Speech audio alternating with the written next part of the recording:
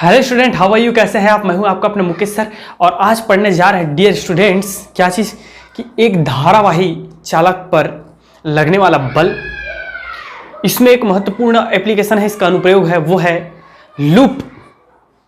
एक लूप, आयताकार लूप का बल आघूर्ण। ठीक है, उसके साथ साथ दो समांतर धारावाही चालक तार पर एक दूसरे पर जो लगने वाला बल है उसको भी देखेंगे। तो लेट्स स्टार्ट। ये एक नियम है लगने वाला बल, जिसकी बायो-सेवर्ट का नियम, एम्पियर का परिपथी नियम और लॉरेंज बल का नियम हमने देखा। उसके बाद उसका एप्लीकेशन सिमिलरली आज भी हम देखने जा रहे हैं। क्या चीज? धारावाही चालक तार पर बल। ठीक है, तो डियर स्टूडेंट आपको मैं एक लाइन में इसको पहले बता देता हूं, लिख देता हूं। यदि आप याद कर सकते हो तो बड़ा आसान है, अगर याद नहीं कर सकते हो तो निकालने का तरीका भी हम आपको बताएंगे। तो लगने वाला जो बल होता है वो होता है I L B sine theta. देख लीजिए, ठीक है, देख लीजिए ध्यान से, क्योंकि सबसे पहले हमने पढ़ा बायो-सेवर्ट का नियम। दैट इज, मैं आपको थोड़ा सा रिवाइंड करा देता हूं, रिवीजन करा देता हूं। D V is equal to क्या पढ़ रखा था? I D L sine theta, ये पढ़ रखा है। उसके बाद हमने एम्पियर का परिपथी नियम पढ़ा, जिसके अकॉर्डिंग कुछ इस प्रकार म्यू नॉट मल्टीप्लाई धारा। ठीक है, फिर हमने पढ़ा डियर स्टूडेंट लॉरेंज बल, और लॉरेंज बल के अनुसार हमारा जो लॉरेंज बल के अनुसार जो बल होता है वो होता है Q V B sine theta. ठीक है, Q V B sine theta, I D L sine theta, Q V B sine theta, I L B या I B L sine theta भी बोल सकते हो, या I L B sine theta. तो ये है हमारा अभी जो हम पढ़ने जा रहे हैं उसका मेन फॉर्मूला। बट मैं इसको थोड़ा सा आपको डिराइव करके दिखाता हूं, कोऑपरेट कीजिएगा। एक महत्वपूर्ण क्वेश्चन आएगा इसमें, लूप, आयताकार लूप में बल आघूर्ण। ठीक है, तो उसको भी हम लोग देखेंगे क्या होता है, कैसे होता है, आसान तरीके से मैं आपको समझाऊंगा। ठीक है, तो इसके लिए हम क्या करते हैं, एक ले लेते हैं धारावाही चालक तार। क्या ले लिए? धारावाही चालक तार। ऐसा लिखना डियर स्टूडेंट, माना कि एक धारावाही चालक तार है जिसकी लंबाई एल है। क्या है? एल है, जिसके प्रति एकांक क्षेत्रफल में, जिसका अनुप्रस्थ काट का क्षेत्रफल क्रॉस सेक्शन एरिया है हमारा ए। क्या है बोलो? ए।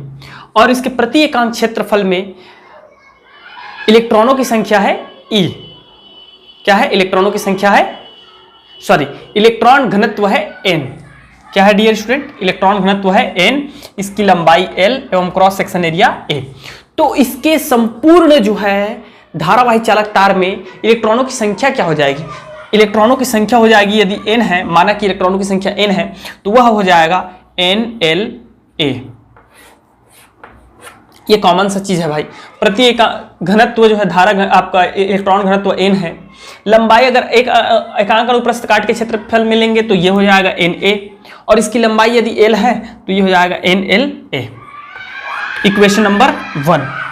इतना कंसेप्ट क्लियर है? अब सुनिए, इस धारावाही चालक तार में आई एम्पियर की धारा तीर की दिशा में प्रवाहित की जाती है।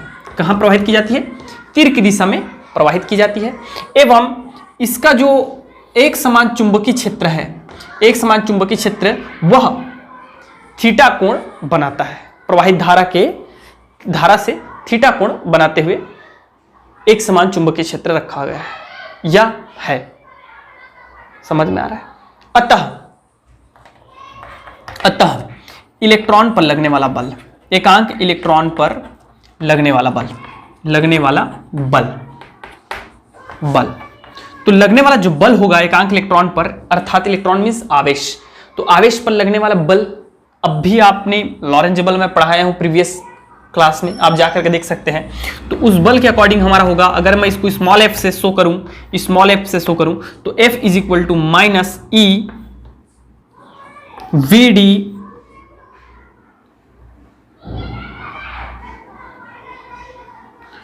Q V B sine theta. Very good, that's, ये हो जाएगा।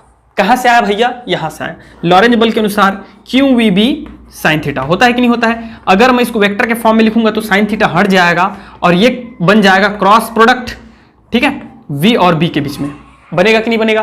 तो क्यों आवेश है, यहाँ एकांक इलेक्ट्रॉन पे ले रहा है तो -e लिख दिया मैं, इलेक्ट्रॉन पे -e, और v जो है उसकी वेलोसिटी ऑफ दैट चार्ज, तो यहाँ हमारा वेलोसिटी है अनुगमन वेग, एक धारावाही चालक तार में अनुगमन वेग, ड्रिफ्ट वेलोसिटी vd, और यह है चुंबकीय क्षेत्र की तीव्रता। ये तो सबको पता है। इतना आप सबको क्लियर है? इतना समझ में आ रहा है डियर स्टूडेंट्स? वेरी गुड यार। अब देखना अब क्या करने जा रहे हैं हम लोग, सब लोग ध्यान से देखिएगा क्या कर दे रहे हैं। इधर देखिए, F इज इक्वल टू, इसी को थोड़ा सा आगे बढ़ा के लिखा जा सकता है, VD, क्रॉस प्रोडक्ट को हटा देंगे तो साइन थीटा हो जाएगा। If theta is equal to 90 तो देन माइनस VD B हो जाएगा, VD B हो जाएगा। इतना चीज क्लियर है? Very good. अब देखिए, हम सब जानते हैं, अतः धारावाही चालक तार के संपूर्ण आवेश पर लगने वाला बल, संपूर्ण आवेश पर लगने वाला बल, तो संपूर्ण आवेश पर लगने वाला बल जो होगा that is F capital F that is equal to N small f। समझिएगा, एक इलेक्ट्रॉन पर हमने निकाला तो ये आया, पूरे इलेक्ट्रॉन, तो पूरे धारावाही चालक तार पर पूरे इलेक्ट्रॉनों पर, तो पूरे इलेक्ट्रॉन मतलब इलेक्ट्रॉनों के समूह को आवेश कहते हैं। और यहां आवेश की जो मात्रा है डियर स्टूडेंट वो है आवेशों की संख्या बोलो या कुल इलेक्ट्रॉनों की संख्या जो है वो है NLA। तो इसके साथ क्या कर देंगे, लगने वाले बल का मल्टीप्लाई कर देंगे। समझ में आ रहा है?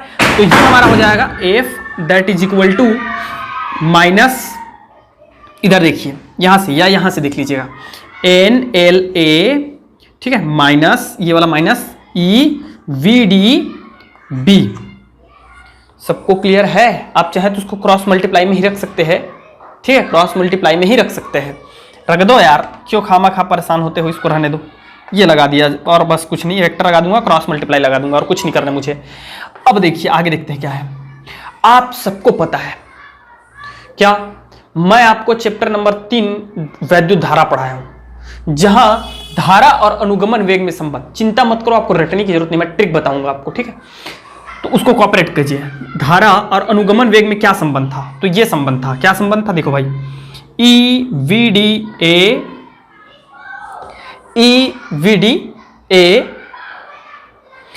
N रहता है NEVDA, ठीक है, ये है अनुगमन वेग और ये है धारा। तो इन दोनों के बीच ये कुछ संबंध दे रखा है। अभी मैं बताऊंगा कि कैसे उसको याद करना है, मतलब उसको कैसे समझा जा सकता है, याद किया जा सकता है एकदम सिंपल तरीके से, ठीक है। अब क्या कीजिए, दोनों पक्षों में L का मल्टीप्लाई कर दीजिए। मैं जो जितना बोल रहा हूं उतना भी आप करते जाओ, फिर मैं आपको बताता हूं एकदम इजी वे में। दोनों पक्षों में क्या कीजिए, L का मल्टीप्लाई कीजिए। अब देखिए क्या पूरा निकल जाएगा, ये देखो आप ध्यान से देखते जाइए, NLA, ठीक है, E बस को छोड़ दो, नहीं E भी है, VD, इतना को बाहर निकाल दीजिए पूरा, इतना, ये देखिए इतना के प्लेस पे मैं क्या रख सकता हूं, IL रख सकता हूं। क्या रख सकता हूं? IL रख सकता हूं। तो डियर स्टूडेंट, ये लगने वाला जो बल हो जाएगा, लगने वाला बल चूंकि धारा के विपरीत होता है, विद्युत धारा जो है वो इलेक्ट्रॉन के विपरीत, जिधर इलेक्ट्रॉन मुक्त इलेक्ट्रॉन जिधर गमन करते हैं उसके विपरीत दिशा में धारा गमन करती है, इसलिए हम माइनस ले सकते हैं या ले लेते हैं, माइनस ले लेते हैं, यहां भी ले सकते हो। तो इस पूरे माइनस इतना का वैल्यू हम रख सकते हैं, F that is equal to IL, ठीक है, और यहां क्या बच गया, B बच गया है, तो क्रॉस मल्टीप्लाई B। धारा एक स्केलर क्वांटिटी है, वेक्टर क्वांटिटी नहीं है, ठीक है। लेंथ और आपका जो मैग्नेटिक फील्ड है वो हमारा वेक्टर क्वांटिटी है। तो F इज इक्वल टू हो जाएगा ILB। आ गया? आ गया? यही चीज मुझे डिराइव करके दिखाना था। अरे क्रॉस मल्टीप्लाई को हटाओ ना भैया, B साइन थीटा आ जाएगा। समझ में आ रहा है? तो कैसे याद करना है इसको, इस चीज को समझिए। ये तो सब चीज हमको कंसेप्ट क्लियर है, समझ में आ रहा है। यहाँ पे क्या कर दिए सर, आप याद मत करना यार, रटना मत, सुन लो मेरी बात को। आप सबको पता है, ये फॉर्मूला याद रख लेना, ILB साइन थीटा, वही काम आने वाली है। जब लूप आएगा ना तो वहां ये चीज निकाल के दिखाना है आपको, सीधा सीधा इसका उपयोग करना है, सीधे सीधे इसका उपयोग करना है। समझ में आ रहा है, सीधा उपयोग करना है इसका। जिसकी हमने साइक्लोट्रॉन पढ़ा, तो साइक्लोट्रॉन में लॉरेंज बल निकालने की जरूरत नहीं है, अगर बोला है तब निकालो, नहीं तो साइक्लोट्रॉन खुद इतना बड़ा टॉपिक है, इतना बड़ा टॉपिक है कि उसमें लॉरेंज बल को नहीं पूछता है, सीधा लॉरेंज बल का उपयोग करना पड़ता है। तो हमको डायरेक्ट हम क्या करते हैं, लॉरेंज बल F is equal to Q V B sine theta को हम सीधा सीधा अप्लाई करते हैं वहां। तो वैसे ही यहां भी आपको वहां पे निकालना नहीं पड़ेगा, तो इसको याद कैसे करना है। तो इसको अगर सपोज दैट आपको निकालने के लिए आ गया तो क्या करना है dear student, I L B sine theta दिख रहा है यार, तो F is equal to I L B sine theta दिख रहा है, तो मुझे समझ में आ गया, ये अगर मैं क्रॉस को हटाता हूं साइन थीटा आ गया, बी साइन थीटा आ गया, आई एल बस नहीं है, आई एल नहीं है तो मतलब क्या है, इस पूरे का मान क्या होगा, आई एल की इक्वल होगा। किसकी इक्वल होगा, आई एल के इक्वल होगा। तो बस क्या करना, इसको रख देना, आई एल की इक्वल रख देना, और क्या, खत्म, बात खत्म हो गया। और क्या, छोटा सा ट्रिक है, ठीक है। इसको क्या करना, पकड़ना, उठा के यहां रखना, और इसको किसके इक्वल ले लेना है, आई एल का, क्योंकि हमारा उद्देश्य यही है कि हमको आई एल लेके आना है। समझ में आ गया। तो यह है धारावाही चालक तार में जो बल है वो। अब इसका अनुप्रयोग करते हैं क्या, आयताकार लूप।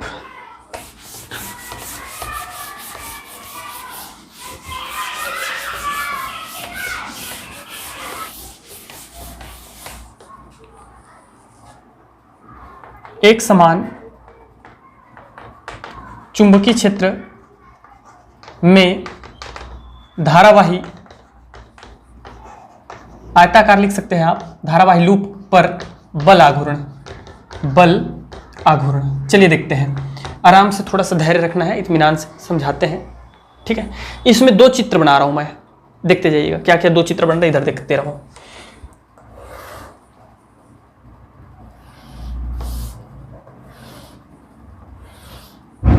फिर मिटा देंगे, ठीक है, आप बना लीजिएगा, फिर मिटा देंगे इसको, फिर मिटा देंगे, ठीक है। आप अभी बना लीजिएगा, उसके बाद मिटा देंगे इसको। पी क्यू आर एस, ठीक तो है यार, पी क्यू आर एस, ठीक।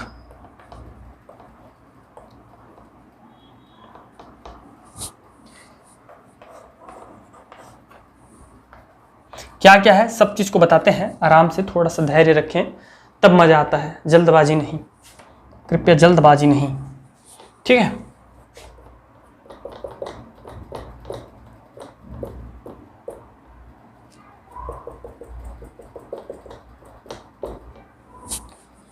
और इधर ये वाला मेन है, ये एडिशनल है, ये मेन है, इधर देखेंगे।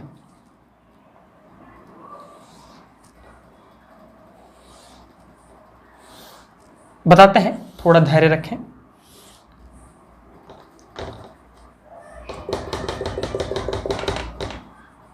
ये एक समान चुंबकीय क्षेत्र है एक्चुअल में, यूनिफॉर्मल मैग्नेटिक फील्ड, ठीक है। पी कहां पी लिया यार, पी क्यू, थोड़ा सा इसको डाउन कर दें क्या, नहीं ठीक रहेगा, ये ठीक है, ठीक है। P Q R S, okay. P Q R S क्या है सब कुछ पता चलेगा। अब भी आपको बी, और ये तो सबको पता है एल है इसकी लंबाई, पी क्यू की लंबाई क्या है, एल है। मेन यहां से चालू होता है, F1, F2, F3, F4,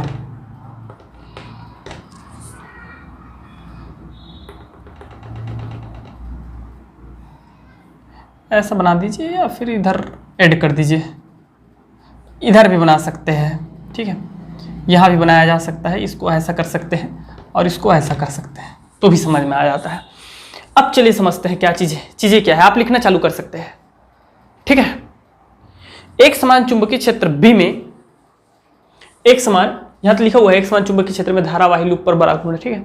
तो एक समान चुंबकीय क्षेत्र बी में पी क्यू आर एस एक आयताकार लूप लिया गया है, आयताकार लूप लिया गया है, जिसमें भुजा पी क्यू और S R, P Q R S की लंबाई L व SP व क्यू आर की लंबाई b है।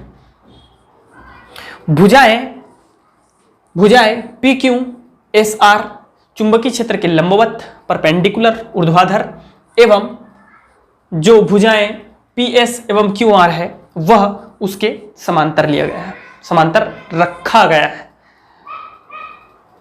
समझ में आ गया? ये हो गया वर्णन इसका।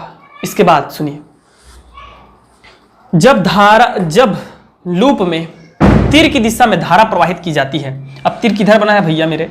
इधर है तीर की दिशा में वैद्युत धारा प्रवाहित की जाती है।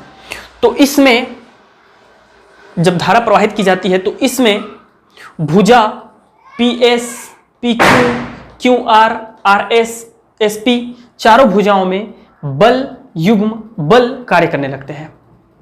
वास्तव में एस पी और आर ए क्यू आपको लिखना है sir, P S P Q R भुजा में कार्य करने वाले बल F1 F2 दोनों ही परिमाण में बराबर होते हैं किंतु विपरीत होते हैं। इस कारण ये एक दूसरे को नष्ट कर देते हैं।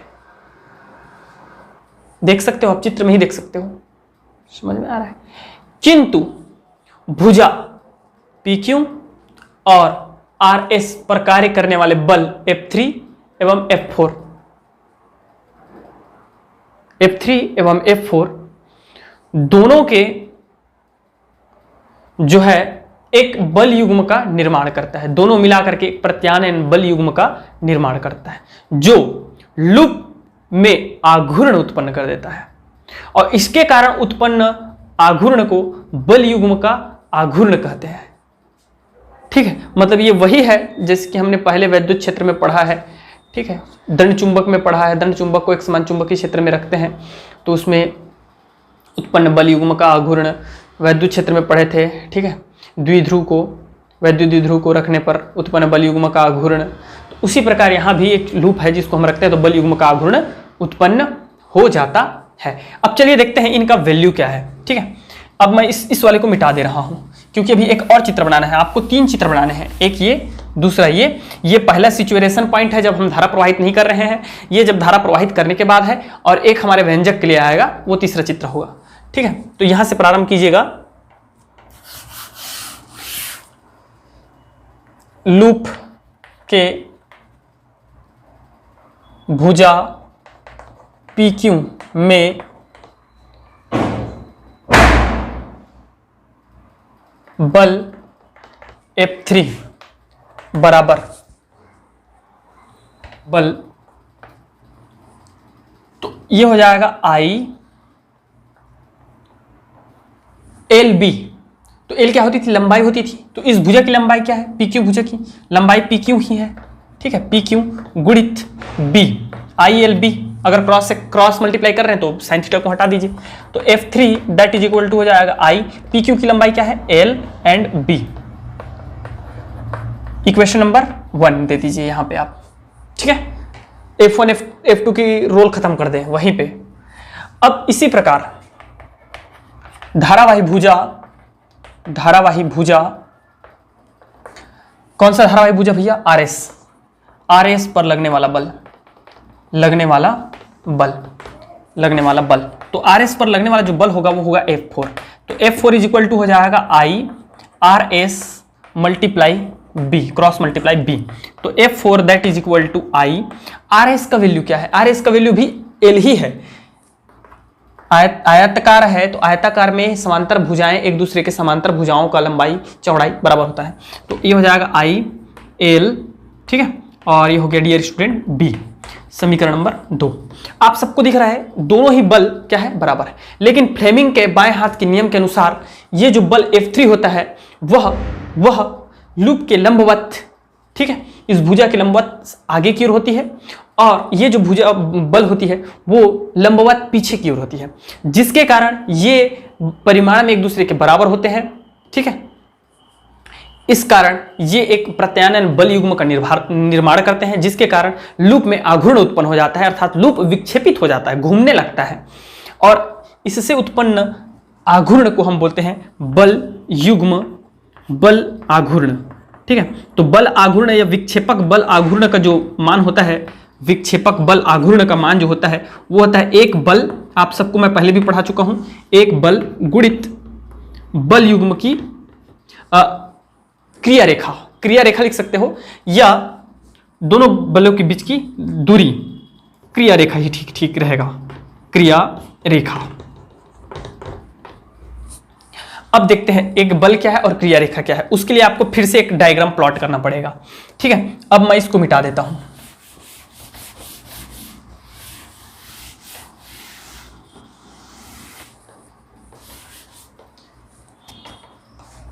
अब क्या करना है डियर स्टूडेंट, इधर देखो सबके सब, ठीक है। एक बल गुणित क्रिया रेखा, क्रिया रेखा लिख सकते हैं, या लंबवत बलों की बीच की दूरी, ये भी चलेगा, ठीक है। क्रिया रेखा समझना है तो आपको प्रीवियस चैप्टर देखना पड़ेगा थोड़ा सा।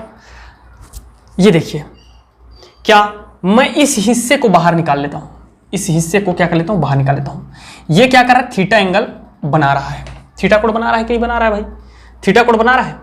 अब इसको ये देखो ना भाई, ये इसके साथ क्या बना रहा है, थीटा कोण बना रहा है। इसको बाहर निकाल लीजिए। कैसे बाहर निकालेंगे, ये देखिए, ठीक है। ये हमारा है एस, ये है पी। आप सबको पता है एस पी की जो लंबाई है वो है बी है, और इसका क्रिया रेखा ये है और इसकी क्रिया रेखा ये है। मतलब जो बल है आई एल बी, अरे भैया आई एल बी ये वही बल है क्या, F3, ये F3 बल है। ये आप ऐसा बना दीजिए, या मैं क्या बताया, यहां भी आप बना सकते हो, ठीक है। नीचे की ओर ऐसा बना दीजिए, ऐसा, और इसको इधर बना दीजिए, ऐसा। समझ में आ रहा है, ये एक्चुअल में घुमा रहा है इसलिए मैं इसको थोड़ा सा रोटेट करके बना दिया हूं। तो ये ILB है और ये है हमारा F4 that is equal to ILB, ठीक है। इन दोनों के लंबवत बलों के बीच की जो दूरी है, अगर मैं इसको आगे बढ़ाऊं ऐसा, ठीक है, इसको आगे बढ़ाएं तो ये हो जाएगा इसकी लंबवत बीच की दूरी, या ये हो जाएगी इसकी लंबवत बीच की दूरी। तो मैं इसको ले लेता हूं और यहां दे दिया नाम O। समझ में आ रहा है। तो इसके क्रिया रेखा को छोड़ दीजिए, ये वाला जो क्रिया रेखा है ये क्रिया रेखा है, और इनके बीच की लंबवत दूरी हो जाएगी PO। क्या हो जाएगी, PO।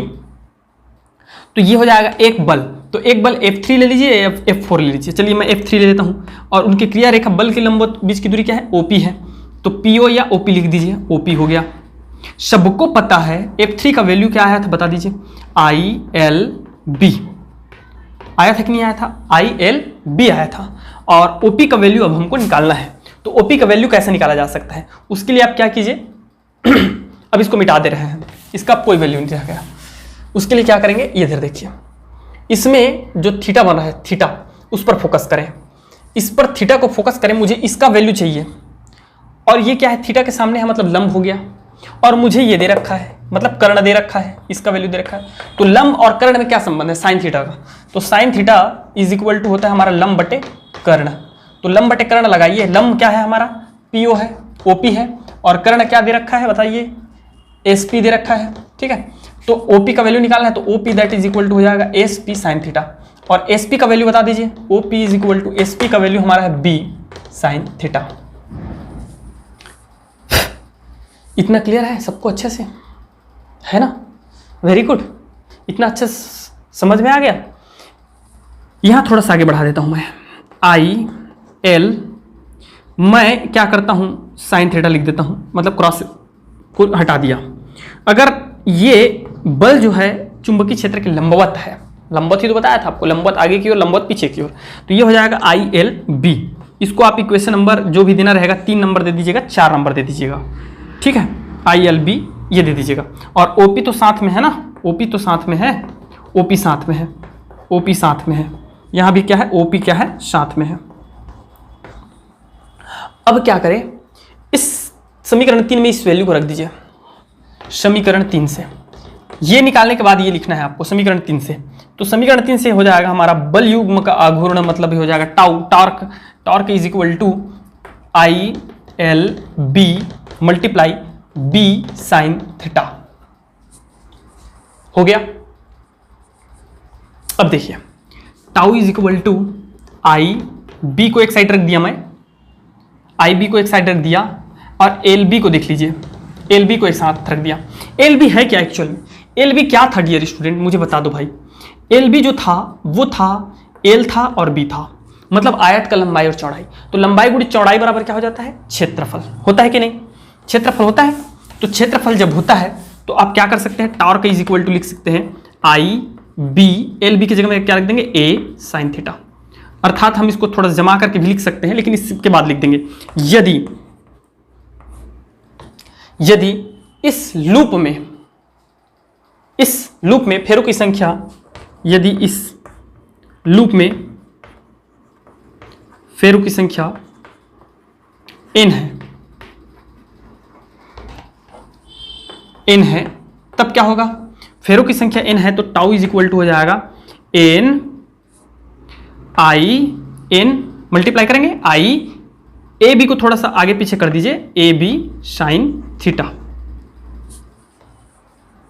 That's clear, okay. अगर आप इसको चाहें तो आप किस फॉर्म में लिख सकते हैं, वेक्टर के फॉर्म में लिख सकते हैं, torque that is equal to N number of terms is a constant and scalar, I current is a scalar and area and magnetic field is vector.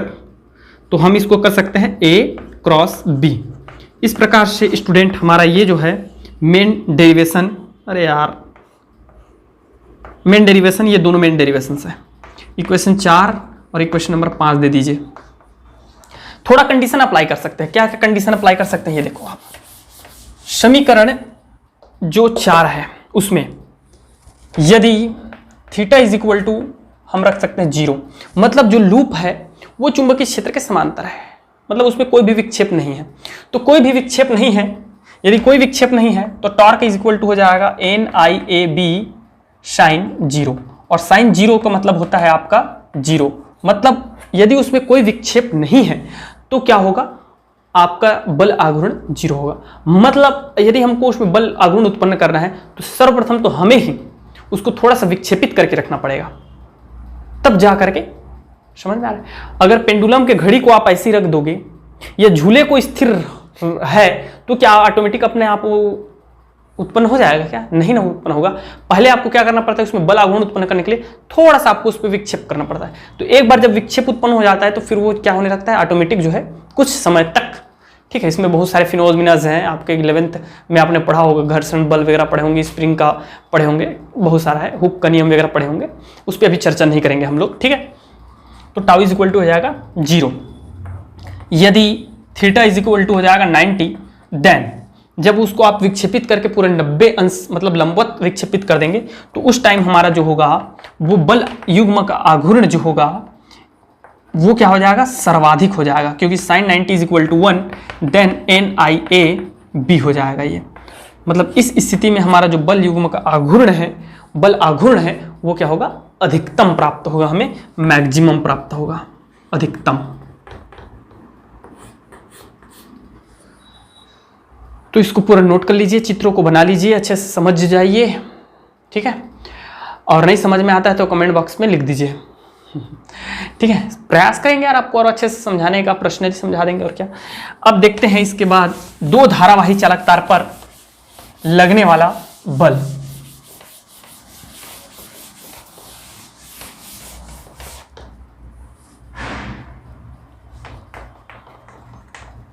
दो विद्युत धारावाही चालक तार पर लगने वाला बल समझना है, ठीक है। उससे पहले आप थोड़ा सा एक चित्र देख लीजिए इनके लिए, क्या है वो ये देखिए।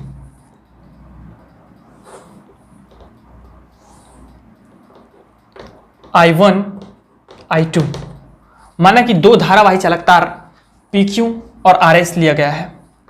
PQ और RS दो धारावाही चालक तार है जिस पर तीर की दिशा में I1 और I2 एम्पियर की धारा प्रवाहित की जाती है, ठीक है। तो इसमें क्या होता है, ये इसका रिजल्टेंट है, मैं अभी आपको बताऊंगा, टेंशन ना लें। ये क्या हो रहा है इस पर मत जाइए आप लोग, इस पर ना ही जाएं तो ही ज़्यादा बेहतर है, ज़्यादा बड़ा हो गया। मैं इसको बताता हूँ ये क्या चीज़ मैं बना दिया, ठीक है। ये कैसे पॉसिबल है मैं बताता हूँ आप सबको, अभी आप टेंशन ना लें इस चीज़ का, तो ही ज़्यादा बेहतर है। I1 I2 बस देखते रहो और मज़े लेते रहो चित्र का।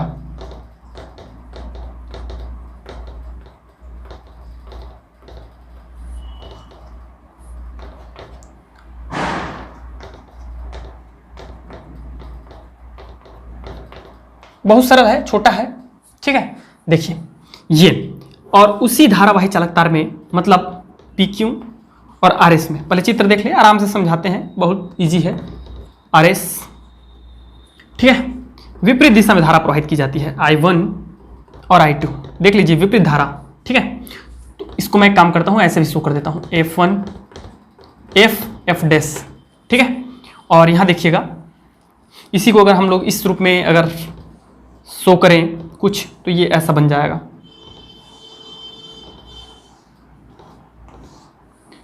PQ RS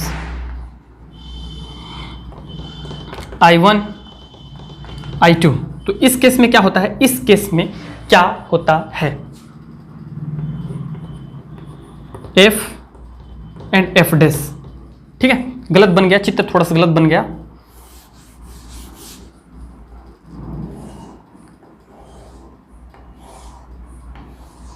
ऐसा PQ RS I1 I2 then कुछ नहीं यार, ये देखो, जब एक ही दिशा में धारा प्रवाहित की जाती है दोनों धारावाही चालक तारों में, तो वो एक दूसरे को क्या करते हैं, आकर्षित करते हैं, और जब विपरीत दिशा में प्रवाहित की जाती है तो एक दूसरे को क्या करते हैं, प्रतिकर्षित करते हैं। अब इसका डेरिवेशन वगैरह थोड़ा सा इधर देखना है हमको, और कुछ नहीं है। चलिए देखते हैं क्या है। माना कि PQ और RS दो धारावाही चालक तार हैं, जिस पर प्रथम स्थिति में दोनों ही धारावाही चालक तारों में I एम्पियर की धारा I1 और I2 एम्पियर की धारा तीर की दिशा में प्रवाहित की जाती है, जो कि एक ही दिशा में होती है। तो इस स्थिति में उन दोनों पर लगने वाला जो बल है वह प्रवाहित धारा के लंबवत एक दूसरे को आकर्षित करते हैं। तो F1 PQ पर जब I1 धारा प्रवाहित की जाती है, कौन सी धारा प्रवाहित की जाती है, I1 धारा प्रवाहित की जाती है, तो इसके कारण उत्पन्न चुंबकीय क्षेत्र की तीव्रता, आप सबको पता है धारावाही चालक तार में उत्पन्न चुंबकीय क्षेत्र की तीव्रता मैं पढ़ा चुका हूं आपको, क्या होता है, I1 जब धारा प्रवाहित की जाती है तो उत्पन्न चुंबकीय क्षेत्र की तीव्रता, अरे भाई अगर एक इसमें धारा प्रवाहित कर रहे हो लंबे धारावाही चालक तार में, तो कोई चुंबकीय क्षेत्र की उत्पन्न तीव्रता उत्पन्न हुई थी, याद नहीं है, जा करके देख लीजिए, ठीक है, किसी बिंदु P पर, ठीक है। तो वो जो उत्पन्न होती है डियर स्टूडेंट, वो होती है μ0/4π 2I1 बाई, अगर इन दोनों के बीच की दूरी d है, क्या है, d है, तो हो जाएगी d, इक्वेशन नंबर 1। I1 पर धारा, PQ पर धारा I1 प्रवाहित करने पर, ठीक है, RS के किसी बिंदु पर चुंबकीय क्षेत्र की तीव्रता वो होती है ये, समझ में आ रही है, हाँ, I1 के कारण वो फील कर रहा है चुंबकीय क्षेत्र की तीव्रता ये, ठीक है जी।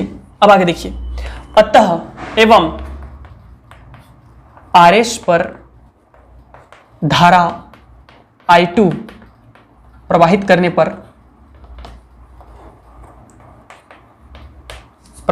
पर वो कुछ बल का अनुभव करेगा, लगने वाला बल। ये कुछ ऐसा है मेरे भाई, मेरे दोस्त, मेरे यार, मेरे स्टूडेंट्स, प्रिय विद्यार्थियों, कुछ ऐसा है। देखो ये एक चुंबक है NS, सपोज दैट NS। अब इसका कोई क्या होगा, मैग्नेटिक फील्ड होगा कि नहीं होगा, तो वैसे ही ये हुआ। हम सबको पता है जब धारा किसी चालक तार पर धारा प्रवाहित की जाती है तो चुंबकीय क्षेत्र उत्पन्न होता है, ये चुंबक की तरह बन गया। अब इसके आसपास में क्या होगा, चुंबकीय क्षेत्र।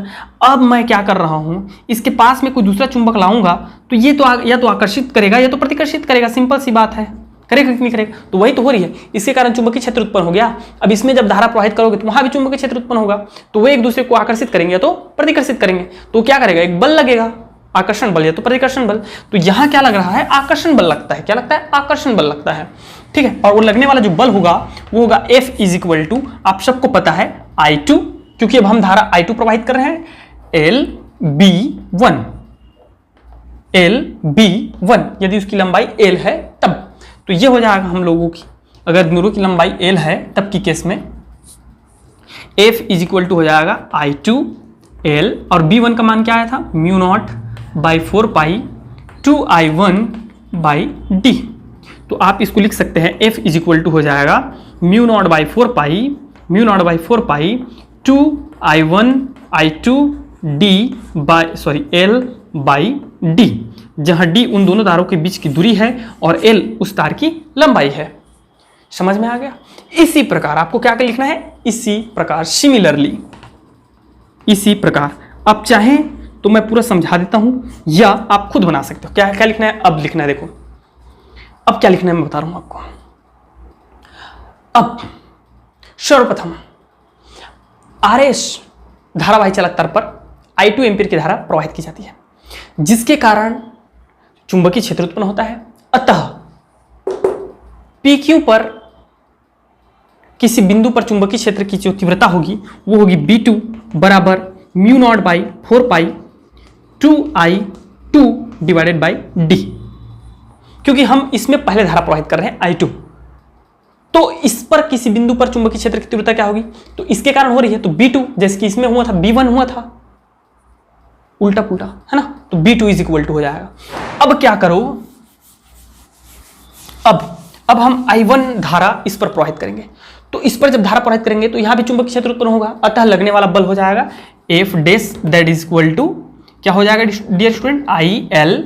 IL B हो जाएगा, सबको पता है IL B हो जाएगा, है ना, IL B2, और इसमें कौन सा धारा प्रवाहित कर रहे हैं? I1, तो F dash is equal to हो जाएगा I1 L और B का वैल्यू क्या आया है? μ0/4π 2I2 डिवाइडेड बाई D। मतलब F डैश का वैल्यू जो आएगा वो आ जाएगा हमारा μ0/4π 2I1 I2 divided D and L। मतलब दोनों पर लगने वाली जो बल है वो वास्तव में एक समान होती है। देख लीजिए आप, दोनों में लगने वाली बल एक समान होती है। बस ये ध्यान रखिएगा कि जब दोनों में एक ही दिशा में जब हम धारा प्रवाहित करते हैं तो लगने वाला जो बल होता है वो आकर्षण बल काम करता है, और जब विपरीत दिशा में धारा प्रवाहित करेंगे तो सिमिलरली आपको इसी प्रकार निकालना है, या इसी प्रकार लिख दीजिएगा और लिख दीजिएगा, जब विपरीत दिशा में धारा प्रवाहित की जाती है तो लगने वाला बल जो होता है वो प्रतिकर्षण बल कार्य करता है। ओके ठीक है, तो भाई नेक्स्ट क्लास में अब हम लोग देखेंगे गैल्वेनोमीटर, वोल्टमीटर, शंट, और मैं ट्राई करूंगा कि एक ही क्लास में पूरा धारा मापी, गैल्वेनोमीटर, वोल्टमीटर, शंट वगैरह पूरा कंप्लीट हो जाए। ओके, तो thank you very much and best of luck.